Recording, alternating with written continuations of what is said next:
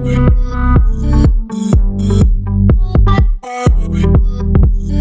am so excited, Dethra, that you are here to join us today. It is an honor and a privilege. We started a friendship, even better than that, a sisterhood last year, and you have just come into my life and just completely blessed me with your mentorship, your kindness. Girl, you just encourage me right when I need it most. And so I just know that God put us together, and I'm so grateful for your time today to talk about two really important areas that are affecting everybody, not just our culture, but our businesses, and that is diversity and inclusion and inequities. And so thank you so much for being here today with us. It's my pleasure and an honor to be on with you all. So, to get this conversation started and really get us all on the same page, would you mind defining diversity and inclusion and really help us understand the difference between the two? That's a great question because so many people stumble over diversity, equity, and inclusion. They will often say, why do we need all of those words? And it's because there's a distinct difference. So, what I like to use is the analogy of the produce section in a grocery store. When you walk into a grocery store, you walk into this produce section that's nice and colorful. You see the oranges, you see the apples, you see the pomegranates, the pineapples, the mangoes, and they are beautifully colored all in their individual sections. They're not together. That's diversity. That's what we look at when we say we need more diversity. It means we need more sections of different things. But inclusion is when you buy all of those things, take them home, cut them up, and make a fruit salad. Not a smoothie where they all get blended together and become one massive color, one clump of something, but a fruit salad where each of them work together, maintain their flavor, but they work cohesively towards a better end. That's inclusion. And that's really what we want. Having a bunch of different colors in one location does us no good until someone brings those things together and make a fruit salad. We want our organizations to be a fruit salad, not a fruit smoothie or a produce section of a grocery store.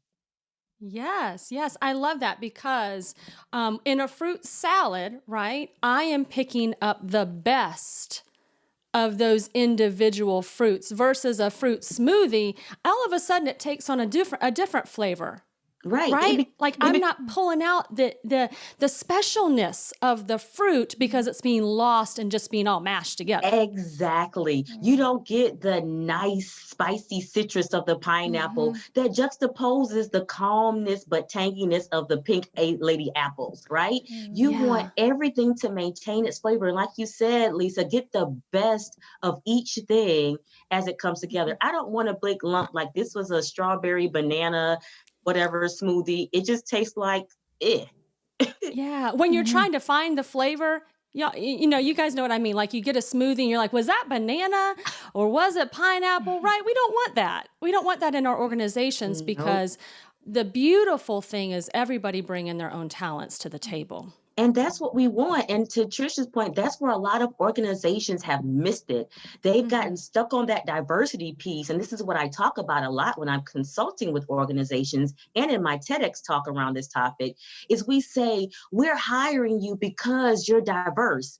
But when you come into the doors, we're like, yeah. Look diverse, but don't be diverse. Come in here and mesh together and be one big happy clump of bleh and move forward. But that's not how individuals work. There is no vortex at the entrance of our organizations whereby the humanity or the humanness or the individuality is sucked out when they walk through the door and they magically get it back when they walk back in. That's not how we work. No. Well, you said your TED Talk. I know our team has watched both of them, but several of the other presentations. And it was really important for us as a team to do so. So I know that you've got a lot of organizations coming to you, like you said, asking for diversity and inclusion training. But what are some things that our listeners could do now? What are some things that they could implement in helping their businesses around these two topics? So the first thing that people really need to do, because the initial knee-jerk reaction is, let's train this away. Acknowledging that you're not going to train this problem away. Think about it in terms of a human body. So you have someone that's eaten unhealthy for 30, 40, 50 years, and all of a sudden their doctor says, you have high blood pressure and you're on the borderline of having a heart attack. You have to do something different. Well, they can't just decide, okay, tomorrow I'm going to eat a salad and go to the gym and voila, everything is just No, that wonderful. doesn't work. No, listen, I've been trying it for about 40 years now. Every May, I'm like, I'm going to be fine by the summer. And then by the summer, I mean a month from now, and it does not work. The same thing is with our organizations. We have to recognize our organizations have been around for, let's say, 20, 30, 40, 50 years. One day of training for 1 hour is not going to train this away. We have to make a concerted and intentional effort to say, first of all, let's assess what the problem actually is, because many people have this idea of minority. Well, which minority? For example, when we're talking about IT, Asians are typically not underrepresented in the technology field, particularly Indians. So if we're saying minorities, well, guess what? We're covered. We got the minority thing covered. But I don't see one Black female. I don't see one Native American.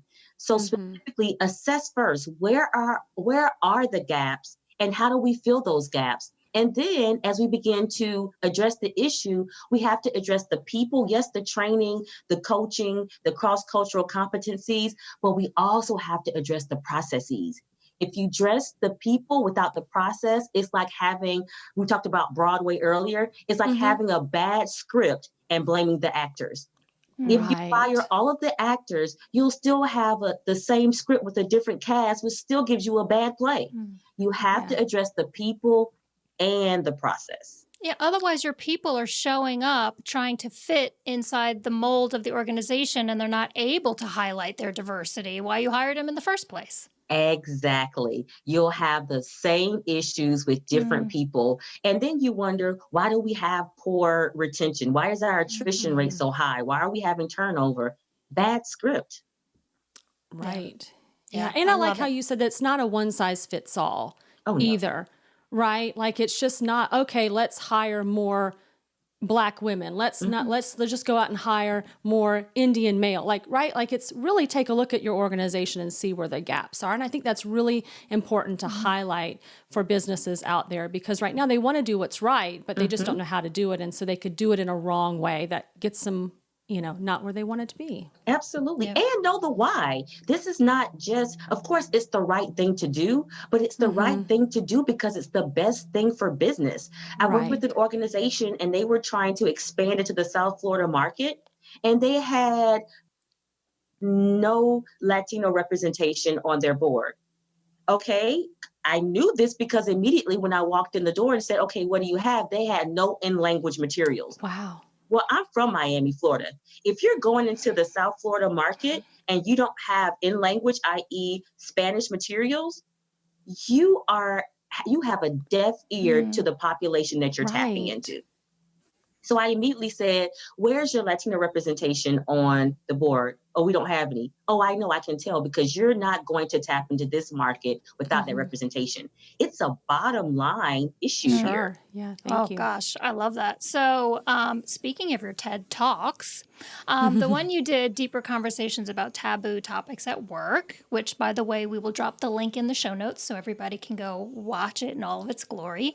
You help people understand that our inability to acknowledge and discuss taboo topics like race, religion, and politics at work is really creating a barrier for us to leverage diversity in organizations. So what are the blind spots, pitfalls, mistakes should leaders really be mindful of as they start pursuing an organization to be more diverse or more inclusive? What are just some pitfalls, blind spots maybe they may be missing? The biggest pitfall in all of this is the belief that there is some magical bullet that will make this conversation comfortable. Everyone is looking for that magic answer, that magic thing, that magic button. It's like the office store commercial where they have the easy button. Everyone is looking for the easy button to press and make this conversation comfortable. The first thing we have to do is accept that this is an uncomfortable conversation for everyone. As an African American woman, I don't necessarily want to have this conversation either. I've just been dealing with this for 43 years, so I have become comfortable with the discomfort of it. But it's not an easy conversation. It's not going to be a comfortable conversation. The second part is understanding that there is no perfect way and you're going to mess up. It's like when we're trying to do things and we're trying to walk, you don't see a baby decide, oh, I fell, I'm not doing this anymore, I might fall again. No, they keep going with the understanding that we're all in this and everyone around here wants you to walk. Yeah. And right. And so when we step into that conversation with one, this is not going to be comfortable. And two, I am going to mess up. The third part is probably the most difficult piece. It is accepting that we have not built the historical credibility to go into this conversation and navigate it well.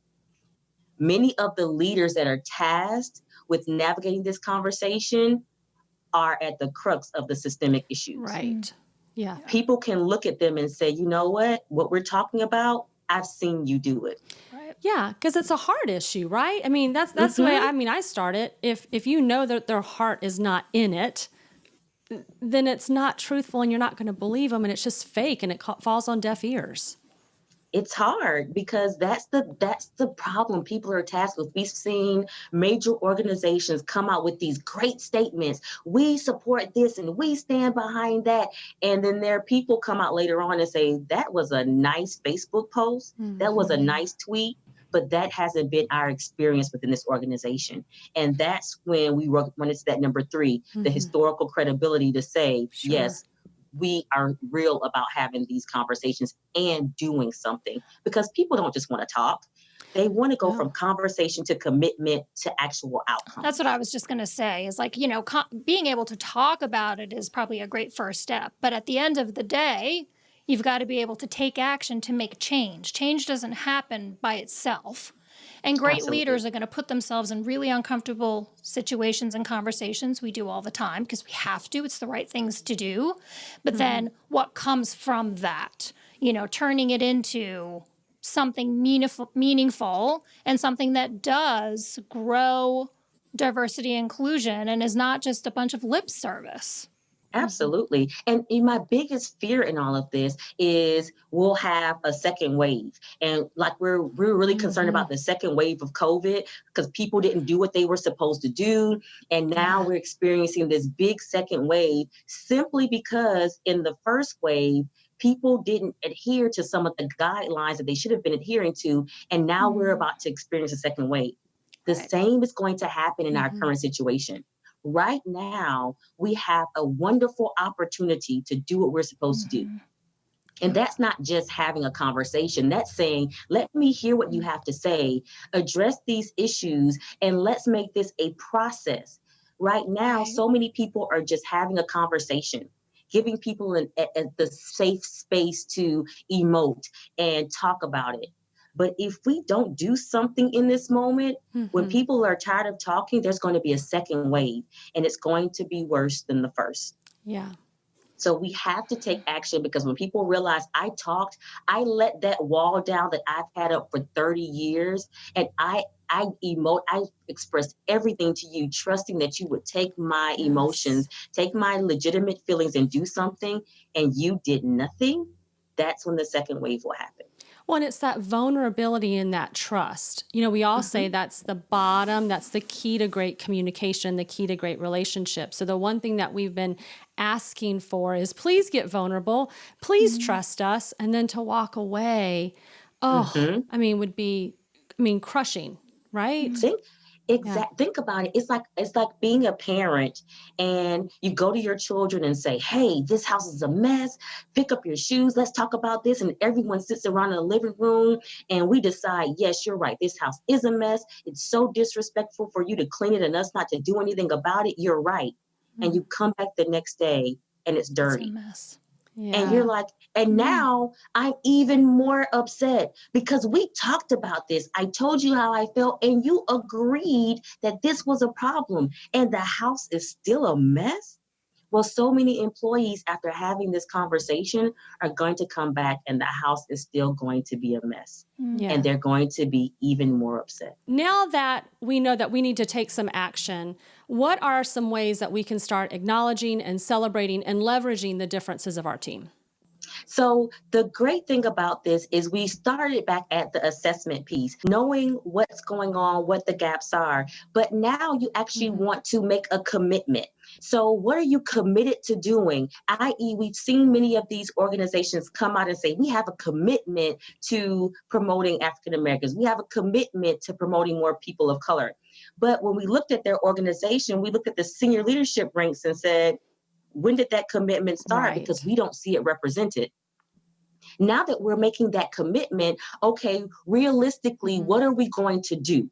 What is going to be our action steps to fill this gap? You're right. That is problematic. We don't have any senior leadership that looks like the people that we represent or looks the way we want it to. So here is our commitment. We're going to develop programs. We're going to change our recruiting initiatives. We're going to have more coaching, training for people, for all of our people, so that they can rise up through the ranks. And realistically, we're going to be honest. We don't have anyone in the pipeline to senior leadership that looks the way we want our organization to look. So it'll be 2, 3, sometimes 5 years, because let's be honest, those senior leadership positions don't turn over that frequently. And we're not right. In an ideal world, they don't.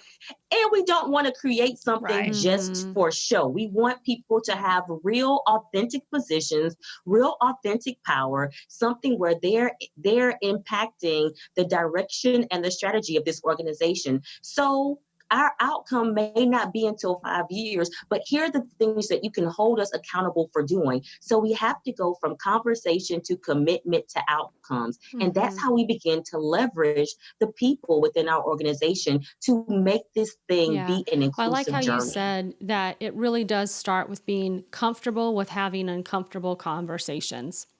And then as a leadership team within your organization, not just doing lip service, not just saying what you think people want to hear, but you honestly have to check yourself, check what your own beliefs are, that historical narrative that has been told to you and you've been telling yourself before you can go out there and start to make a change. But it sounds like it's possible with the right steps, knowing that it's going to take time. The worst thing we could do is not do anything.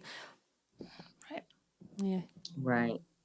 And the hard part is that time piece, because where a lot of organizations are missing it is they're not realizing that you're telling a group of people that it's going to take time who've been waiting for a very long time, right?